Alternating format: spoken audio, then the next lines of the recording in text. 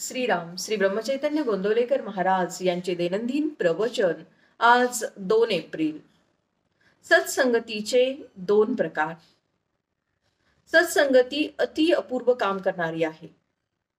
संतांची संगत 2 प्रकारे होऊ शकते। एक संतांच्या देहाची आणि दुसरी संतांनी सांगितलेले साधन करीत राहण्याची। यापैकी पहिली म्हणजे संतांच्या देहाची संगती लाभणे फार कठीण आणि दुर्मिळ। कारण संत जरी खरा असला तरी त्याला ओळखणे खूप कठीण असते आणि पुष्कळदा त्याच्या बाह्य वागणुकीवरून मनात विकल्प येण्याचा संबंध असतो आणि एखाद्या भोंदूशीच गाठ पडली तर त्याच्या संगतीपासून नुकसान हे ठरलेलेच।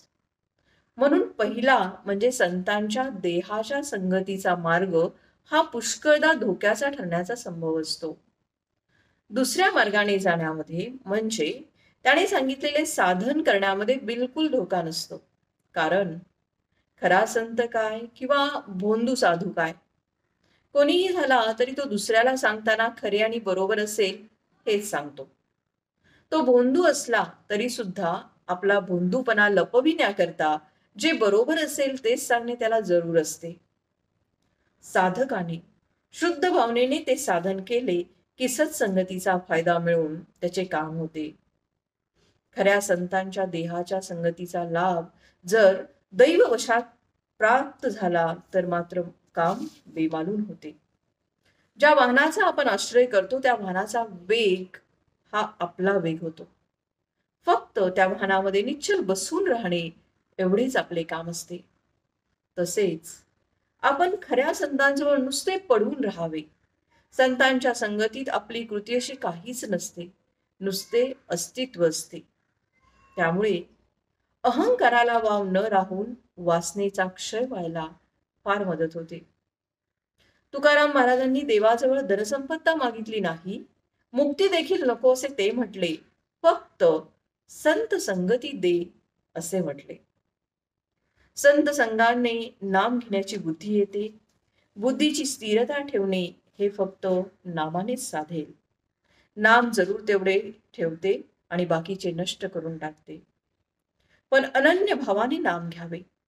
नाम घेता घेता बुद्धीला स्थिरता येते आणि मग मनामध्ये विकल्प न येता संतांच्या देहाच्या संगतीचा खरा फायदा घेता येतो। सत्संगती कष्टाशिवाय ईश्वर प्राप्ती होते। संत संगतीत साधने आपोआप होत असतात। त्यांच्या पूजनाबरोबर पूजन, भजनाबरोबर भजन, श्रवणाबरोबर श्रवण, स्मरणाबरोबर स्मरण आपोआपच होते। सत्संगतीत स्वतःची विस्मृती होते आणि नामस्मरण घडते। म्हणूनच प्रयत्नाने संत संगती करावी, तिथे प्रारब्ध आणू नये।